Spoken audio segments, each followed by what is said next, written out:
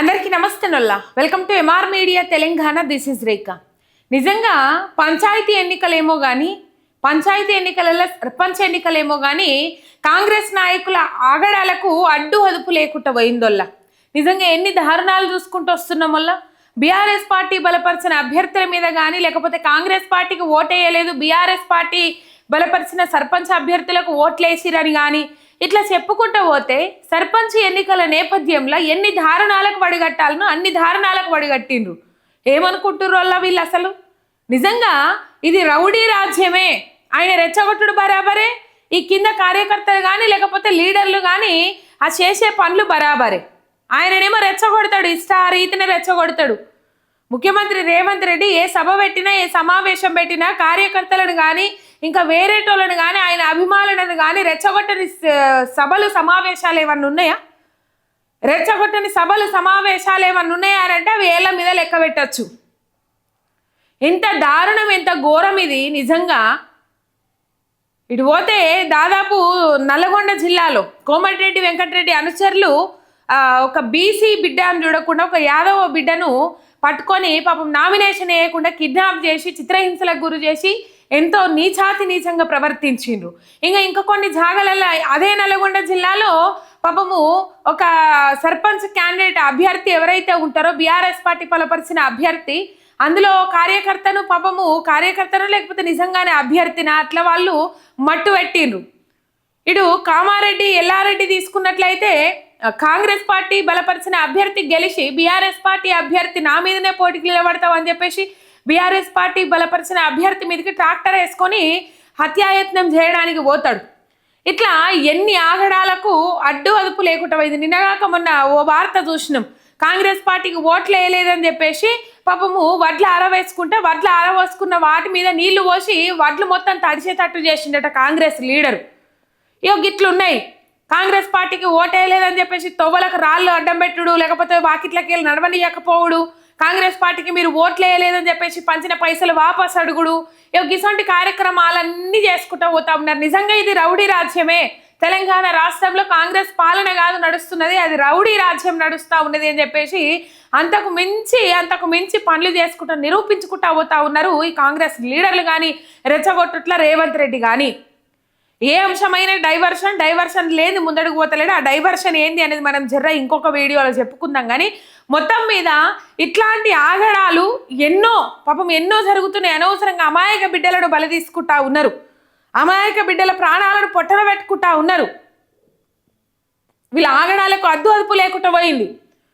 ఏమయ్యేసారు, హామీలు ఇస్తారు కదా, హామీలు అమలు చేయరా అని అంటే ఎమ్మెల్యేలు ఊళ్ళల్లో ప్రజలను బెదిరిస్తారు, శాపనార్థాలు పెడతారు. మీకు ఇచ్చేదేంది హామీలు అని చెప్పేసి రివర్స్ ప్రజల మీదకే మర్రబడతారు. ఏడనన్నా ప్రజాక్షేత్రంలో కాంగ్రెస్ పార్టీ నాయకులు తిరిగే పరిస్థితులు ఉన్నాయా? తిరుగుతుండ్రా? కాంగ్రెస్ పార్టీ ఎమ్మెల్యేలను ఊళ్ళ పంట రానిస్తుండ్రా? మన సర్పంచ్ ఎన్నికలలో మనం చూడలేమా? ఎంతమంది కాంగ్రెస్ ఎమ్మెల్యేలకు రివర్స్ కాలేదు జనం? ఎంతమంది కాంగ్రెస్ ఎమ్మెల్యేల మీద కాంగ్రెస్ మంత్రుల మీద తిరుగుబాటులు ఎవరెత్తలేదు పబ్లిక్?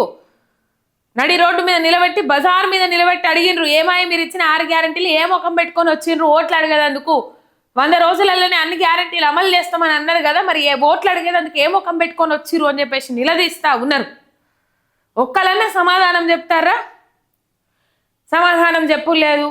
ఓ ఎమ్మెల్యేనైతే కుర్చీలు వేసుకొని కూర్చుంటాడు, అయితే బెదిరిస్తాడు, లేకపోతే బతిమిలాడతాడు. వినకపోతే బెదిరిస్తాడు, వినేటట్టుంటే బతిమిలాడతాడు. మా పార్టీకే ఓట్లు వేయండి, మేము బలపరిచిన. ఎందుకంటే అప్పటికే ఇది తాడు విడతలు. నాకు తెలిసి ఆ ఎమ్మెల్యే కుర్చీ వేసుకొని కూర్చున్నది తాడు విడతలు. ఎందుకంటే ఎమ్మెల్యేల ఊళ్ళల్లోనే చిత్తుగా ఓడగొట్టిరు పబ్లిక్. ఎమ్మెల్యేల ఊళ్ళల్లోనే కాంగ్రెస్ పార్టీకి తిరుగుతారు కదా, ఇవి పార్టీలతోని గుర్తులతోని సంబంధం లేదు అని అంటారు. కానీ మొత్తం మీద పార్టీలు ఈ పార్టీ బలపరిచింది ఆ పార్టీ బలపరిచింది అనేది అయితే ఉంటుంది. ఒక గుర్తు మాత్రం అలాగ కేటాయిస్తారు. కానీ ఏ పార్టీలలో నుంచి నిలబడతా ఉన్నారు, జాతీయ పార్టీల నుంచా ప్రాంతీయ పార్టీల నుంచా లేకపోతే ఇండిపెండెంట్ అభ్యర్థులు అనేది క్లియర్ కట్గా తెలుస్తుంది ఊళ్ళల్లో జనానికైతే. ఒక గుర్తులు ఉన్నాయి అంతే. ఇట్లా చిత్తుగా కాంగ్రెస్ ఎమ్మెల్యేల ఊళ్ళల్లోనే చిత్తుగా ఓడగొట్టిండ్రు.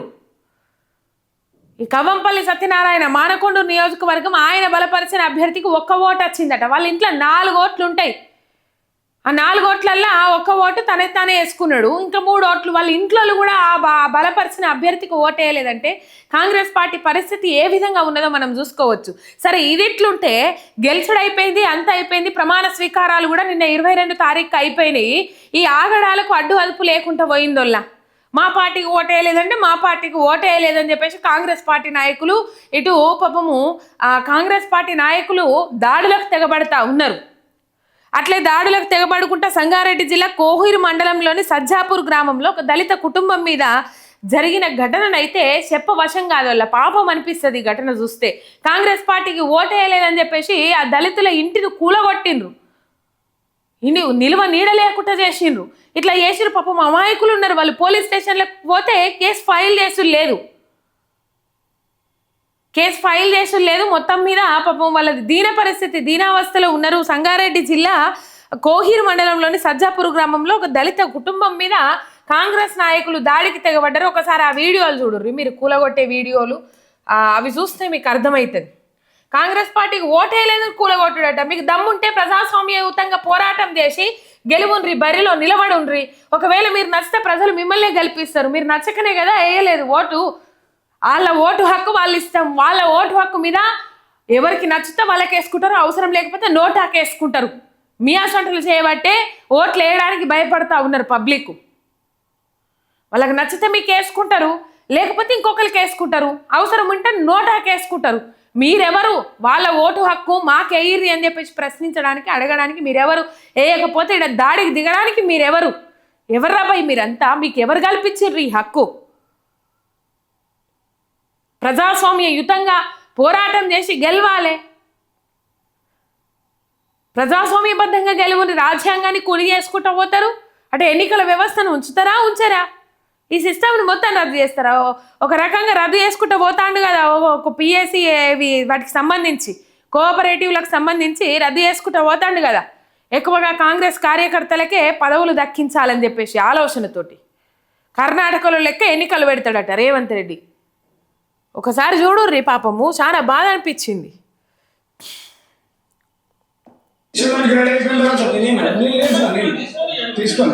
తీసుకోండి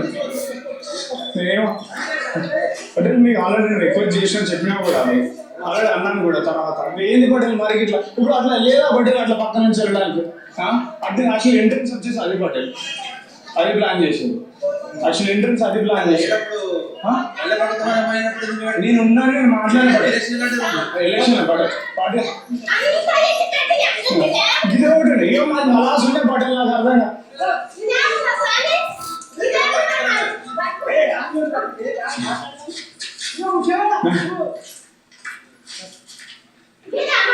మేము ఎప్పటి నుంచో వేసుకుంటున్నా. ఇది ఒకరితో నిండా కొత్త కూడా కాదు. మేము ఎప్పటి నుంచి 50-60 నుంచి వేసుకుంటాం. 50 నుంచి ఇప్పుడు 10 లేకుండా అందరికి కావాలి కదా. ఒకరికి ఎట్లా వస్తుంది పడ్డది? అసలు మీకు ముసలామె, వృద్ధురాలు, వాళ్ళ భార్య, ఆయనే, ముగ్గురు ఉంటారు.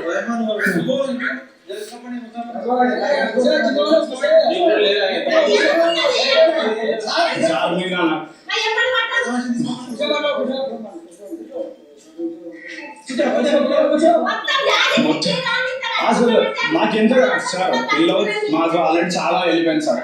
ఆ 40-50% వెళ్ళిపోయింది. అసలు ఏది ఉందో జర కొంచెం అడ్డంగా పట్టిరు. ఈయనే కాంగ్రెస్ లీడర్.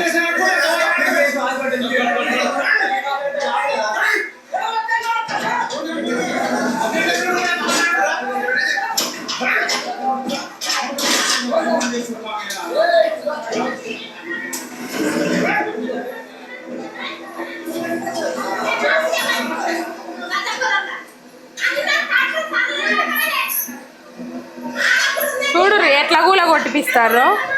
కాళ్ళ మీద పడ్డా కూడా కనికరించకుండా పాపము ఎట్లా కూలగొట్టిర్రో చూడుర్రి ఇల్లును.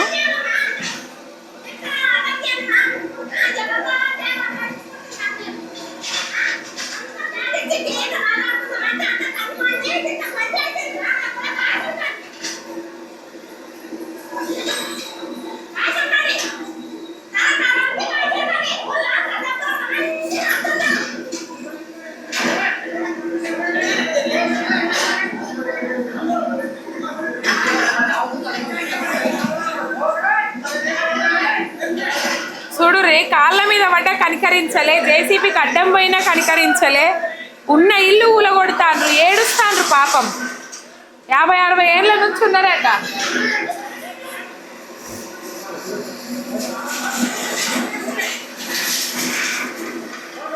ఇంత దౌర్జన్యమా?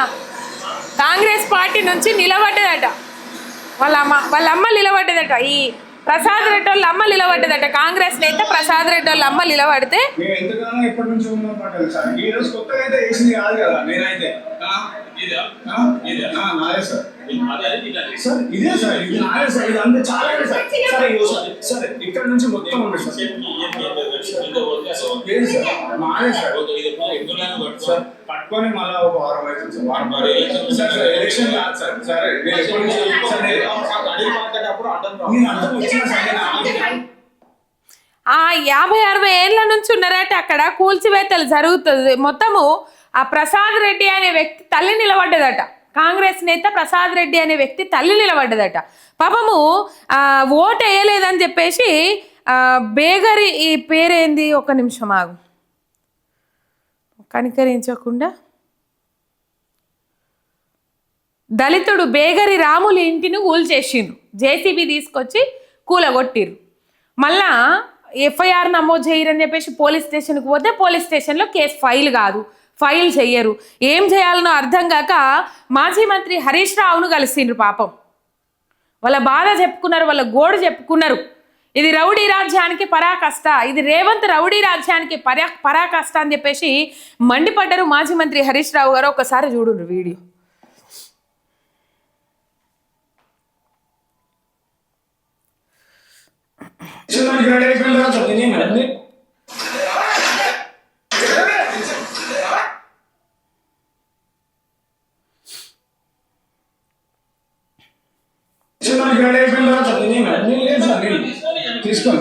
తీసుకోండి.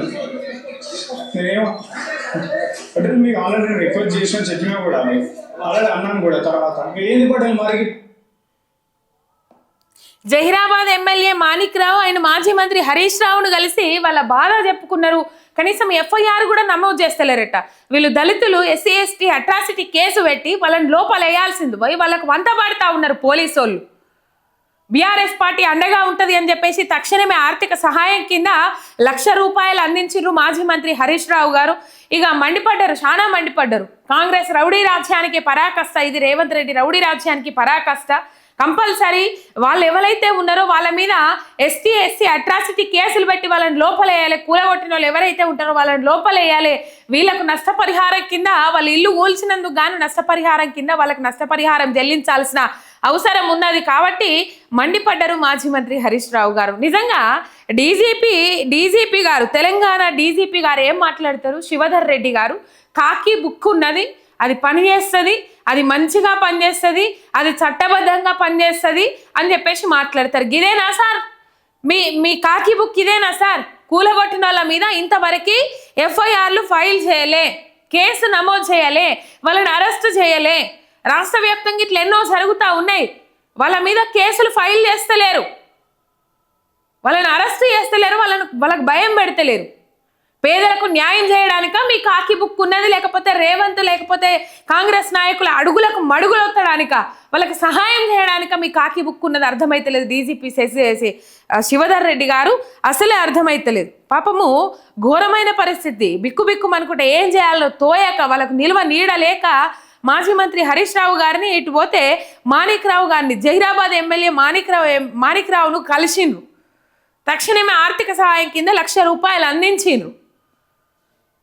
ఇంత ఘోరం, ఇంత దారుణమా? ఇన్ని దారుణాలు జరుగుతున్నా కనీసం పట్టించుకున్న పాపాన పోతలేరు రాష్ట్రంలో. ఇంత ఘోరం, ఇంత అధ్వానమా? ఇంతగానం కంట్రోల్ తప్పినాయా శాంతి భద్రతలు తెలంగాణ రాష్ట్రంలో?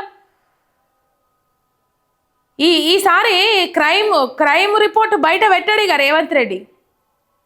పోయిన తాపనే పెరిగిపోయింది, గణనీయంగా తగ్గింది. కేసీఆర్ హయాంలో పోయిన తాపనే చాలా శాతం పెరిగింది. ఈసారి కూడా బయట పెట్టాడు ఇక.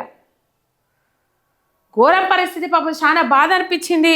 వాళ్ళకి ఆర్థిక సహాయం కింద ₹1,00,000 అందించిండ్రు. బీఆర్ఎస్ పార్టీ అండగా ఉంటుందని చెప్పేసి భరోసానిచ్చిండ్రు మాజీ మంత్రి హరీష్ రావు గారు. అట్లనే రేవంత్ రెడ్డి సర్కార్కు హెచ్చరికలు జారీ చేసిండ్రు.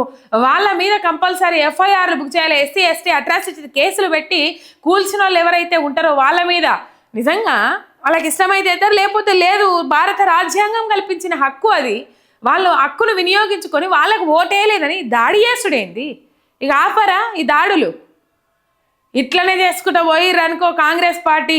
నిజంగా పుట్టి ముంచుతారు మీరు కాంగ్రెస్ పార్టీ, అర్థమైంది? పుట్టగదలు లేకుండా పోతుంది కాంగ్రెస్ పార్టీ అని చెప్పేసి దుమ్మెత్తి పోస్తా ఉన్నారు. ఇట్లా ఇబ్బంది పడుతున్న జనం. ఒక సబ్స్క్రైబ్ చేసుకొని సపోర్ట్ చేయండి. మీ ఎంఆర్ మీడియా తెలంగాణ శనార్థి.